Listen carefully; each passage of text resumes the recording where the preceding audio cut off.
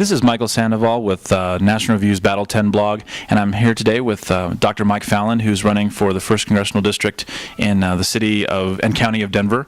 The Congressional District is basically contiguous with the city and county of Denver.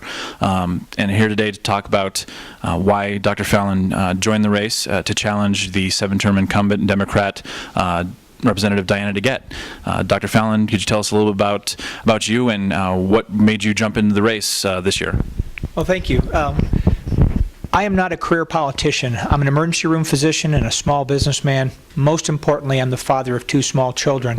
And I couldn't sit by anymore while I saw the country take over our health care, while our government stifled business through regulation that was unfair, taxation that was overburdensome, and most importantly, I could not be a part of the first generation in American history to hand to their children and to their children's children an America that was less free, less robust, and less capable than the America given to me. So I stood up and I got into this challenging race because it is the right thing to do. I think most of the folks who are watching or listening or are reading National Review online are curious, what is it about Representative Diana DeGette's record that particularly prompted you to join the race? And as a second part of that question, recently Representative DeGette said that the recession was over thanks to the stimulus, if you want to talk about both of those things. Well, if you look at her voting record, she's voted along with Nancy Pelosi and the Democratic leadership, which she's a part of, 99% of the time in the last 10 years. She is what is wrong with the political process. She is part of the party machine that puts party over people. What we need are responsible legislators who are going to be fiscally responsible, who are going to do what's best for our country, not today, for the party power, not to get reelected, but what's truly best for the people of this country, for the people of this district, and just as importantly, future generations. As for the recession being over, it doesn't feel so good. Here in Denver, the unemployment rate last month actually went up. We've spent $1 trillion of our treasury, borrowed from our children and our grandchildren with our $13.5 trillion debt, in order to have short-term solutions, which weren't very effective, to long-term problems. We transferred debt from states to the federal level. We saved jobs temporarily, and we spent only 7% on infrastructure. We need long-term solutions to our economic problems so that we can get small businesses growing again. And those solutions come in getting the government out of the way, making the tax burden fair, making regulation responsible, and lowering the tax code for our corporations so that we can encourage investment and jobs to come back into our great country. As a doctor, I think more than most folks, certainly politicians tend to come heavily out of lawyer ranks or previous political service, nonprofits, that sort of thing. As a doctor who's sort of been in the trenches and also as an entrepreneur, what do you make of the health care bill? And because I know that was a large part of the reason why you jumped in. Could you share that with the viewers? Sure. It was sort of the last straw as to why I decided to get into this race. I heard Ms. DeGette on a radio program touting the joys of the new health care bill, and she said she wasn't too worried that the American people didn't like the way it was passed, that once we understood what they had done for us, that we would appreciate it. And the arrogance is again, an example of what is the problem. We have an elite class of congressmen who think they know better than us. The health care bill set out to do some good things and try to accomplish some good things. Increased access. We pay for people's health care in this country one way or the other. To have it up front is a noble event. It created high-risk pools, which we should have done years ago. It improved portability of insurance. Should have done it years ago. The inherent problem with the system is we forgot to pay for it. And they did nothing to address the cost of delivery of care, and that's really the burden that we need to eliminate. We need to bring down the cost of care so that more people can access it through their own choice, through the private market. That is how we can fix the system. And they passed up a great opportunity to have free market input, and instead they're pushing us toward a government solution. And in my experience, the government is not the solution. Stepping it back up, to the national level, just a few weeks ago, a little over a month ago, the National Republican Congressional Committee actually elevated your race to the on the radar status as part of their Young Guns program. The folks that are running in the other 3 competitive congressional districts in Colorado were promoted to Young Gun status. You were actually also elevated to on the radar. Could you explain what on the radar means, both for the NRCC, but also what it means to your campaign and what it recognizes in your campaign? Being on the radar is I think, a nice recognition of what we've been able to do here in the 1st Congressional District. It is a traditionally non-competitive district, but the leadership of the NRCC sees what we are doing. We are running a campaign based on issues, the issues that are important to our country, to our citizens, and to our future.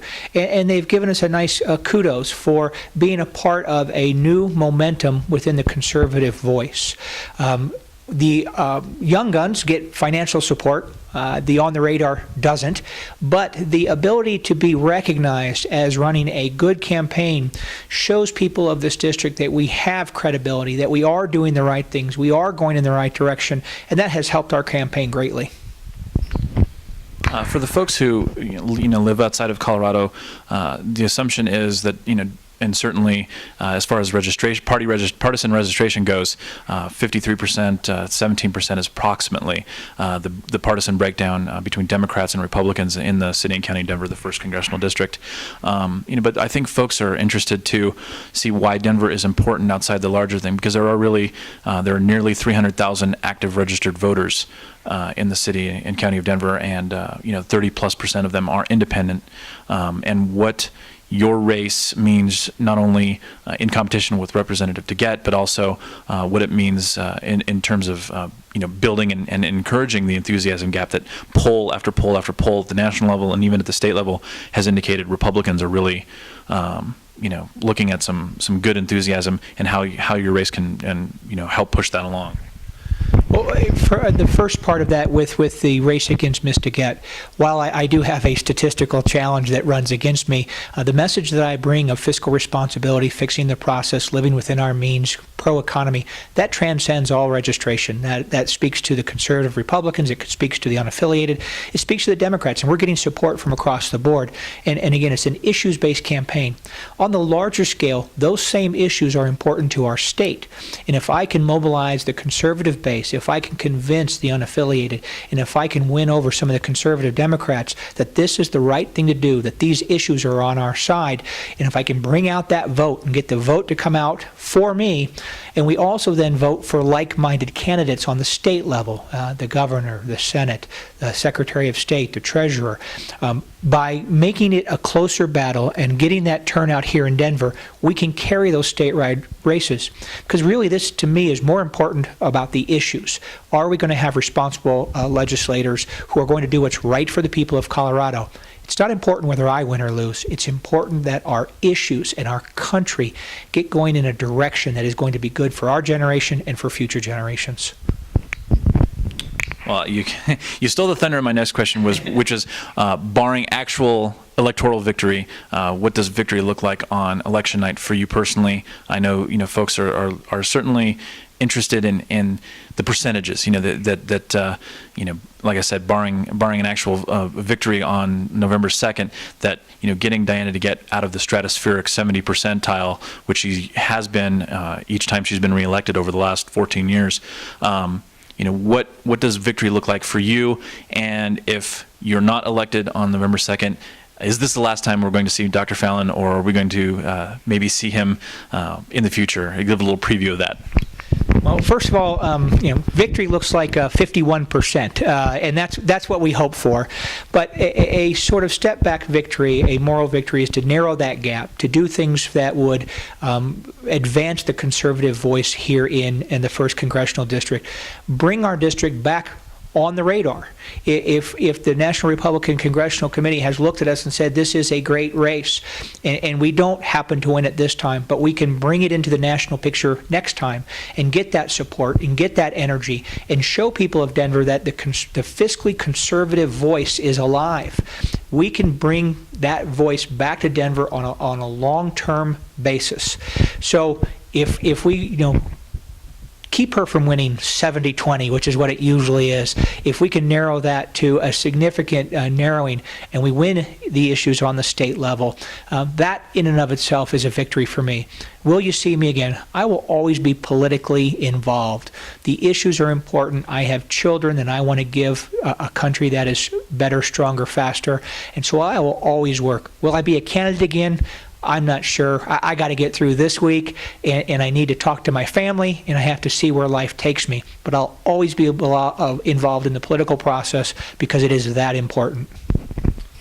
And the final question, putting you a little bit on the spot. You don't have to name names, certainly, outside of your race, but from what you've seen on the ground, at least in Denver, in your own campaign, how do you feel about not only your chances, but other Republicans, other conservatives, certainly some of the statewide ballot measures? Amendment 63 is a right to health care choice amendment that's being put before voters. How do you see those playing out on Tuesday night, which is just 100 and something hours away? Well, I am a supporter of Amendment 63. I believe that healthcare choice is the right of the individual. It is not a mandate by the state, and so I strongly support 63. I see that the conservative candidates across the state doing quite well. I am hoping that the national energy and the wave of enthusiasm amongst the conservative voice will carry through this state and get a lot of our statewide candidates elected. For the first time in a long time, we have great candidates at all the state levels here in Denver, the House District candidates, strong, great group of people, and I hope to see several of those elected to our State House so we can return some responsibility to our state legislature. And so I feel the wave, I feel the enthusiasm. I really think that we can carry a lot of our issues to the national front and keep it going. This is just a start. 2010 gets us going, 2012 carries us to the next level, but we need to do this for the next 20 or 30 years in order to make this a sustainable change in the way we as a society looks at our government. Thank you. That was Dr. Fallon, who's the congressional candidate in the 1st Congressional District in Denver, Colorado. This is Michael Sandoval for National Review's Battle 10 blog. Thank you. Thank you very much.